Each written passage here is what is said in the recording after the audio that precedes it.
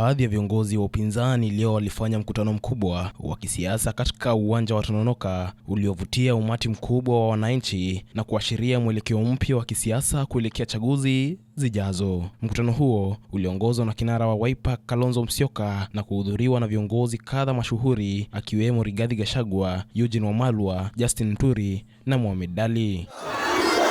Mtakula hamtakula. Na kuna wengine wako na akili haieleweki. Kazi yao ni kuita wamama na kuwapatia pakiti ya unga na mkate na soda. Viongozi wa upinzani walitumia jukwaa hilo kuikosoa serikali ya kitaifa wakidai ukosefu wa uwazi katika masuala muhimu ya serikali. Miongoni mwa hoja zilizotolewa ni madai kwamba serikali ina mpango kuuza bandari Mombasa. Hii bandari ni zawadi mlipewa na Mwenyezi Mungu.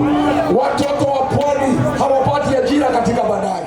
Katika hotuba yake, Rigathi Gachagua alitoa matamshi yenye utata ikiwemo madai kuhusu matukio ya kisiasa ya hapo awali ambayo hayajaweza kuthibitishwa kwa njia huru. Wachambuzi wa siasa wanasema kauli kama hizo zinaweza kuongeza mjadala wa kisiasa, lakini zinahitaji ushahidi. Huyu William Ruto ameleta mtu ya jamii yake, anaitwa kama yeye William Ruto, amechukua kazi yote, ile nafasi ya kazi amepeleka kwao, amenyimwa nafasi vijana wetu katika Mombasa, katika pwani. Na nikiripotia Solipot FM kutoka eneo bunge la Mvita, kaunti ya Mombasa, jina langu ni Samuel Mutethia.